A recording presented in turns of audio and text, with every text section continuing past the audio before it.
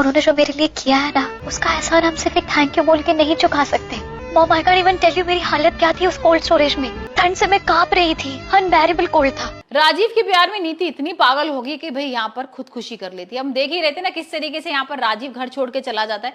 राजीव को पता लग गया ना कि नीति ने क्या हरकत की थी यहाँ पर पार्वती के साथ, उसे मारने की कोशिश की थी। अब भाई ये सोच लो कि राजीव को सिर्फ इतना सा पता लगा है कि उसने मारने की कोशिश की थी, और जब उसको ये सच पता लगेगा। मैं पागलों की तरह दरवाजा पीट रही थी, चीख रही थी ताकि कोई मेरी आवाज सुन ले, लेकिन किसी ने मेरी आवाज नहीं सुनी। No response.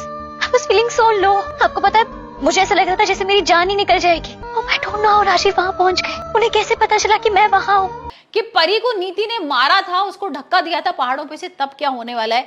लेकिन अभी हाल फिलहाल तो भाई यहाँ पर राजीव घर छोड़ के चला गया और नीति इतनी पागल हो गई है कि वो खुदकुशी कर लेती है, अपनी नस वगैरह काट लेती है। और यहाँ हम देख रहे हैं कि सारे लोग हॉस्पिटल में हैं, सब चिंता कर रहे हैं नीति की, और सारे घर वाले जैसे उन्होंने दरवाजा खोला तो मुझे बचाने की कोशिश ही कर रहे थे, लेकिन मैं अपना फोन लेने के लिए अंदर चली गई और दरवाजा फिर से बंद हो गया। मॉम, उन्होंने बहुत कोशिश की दरवाजा खोलने की, किसी को आवाज देने की, लेकिन किसी ने आवाज नहीं सुनी। और उनसे जितने एफर्ट्स हो सकते थे उन्होंने वो सब किए मुझे बचाने के लिए।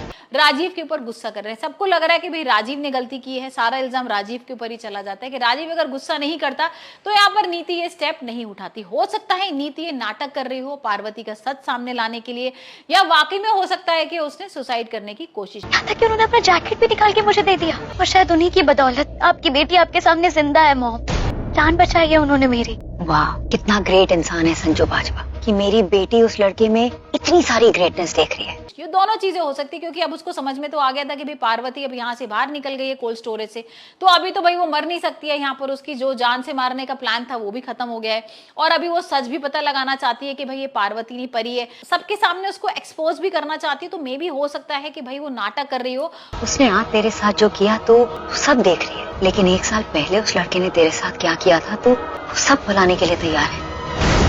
यहाँ पर उसको लग रहा हो कि मैं इमोशनली ब्लैकमेल करूंगी और यहाँ पार्वती सब सच बता देगी। वैसे होता यही है, यहाँ जो नीति की माँ है ना, वो भाई उसको इमोशनली ही पागल बना रही है परी को, और यहाँ पर वो सबके सामने पूछ भी लेती है कि पार्वती मुझे एक चीज बताओ और सच सच बताना कि तुम वाकई में परी हो, क्योंकि परी जो थी ना मुझे छोटी माँ मानती थी, और भाई अगर तुम वाकई में परी हो तो सच बता दो, क्योंकि भाई मुझे समझ में नहीं आ रहा कि नीति बार बार तुम्हें क्यों परी समझ रही है। और यहाँ पर वो कहती है कि मुझे सच जानना है, और वो परी को ना लेकर अंदर चली जाती है। अब देखते हैं आने वाले एपिसोड में भाई क्या पूछती है वो परी से, और यहाँ पर नीति क्या बोलती है, क्योंकि हम देख रहे थे ना कि जो परी है ना नीति के सुसाइड के बाद भाई बहुत इमोशनल हो गई है, और यहाँ पर उसको बहुत चिंता हो रही है नीति की।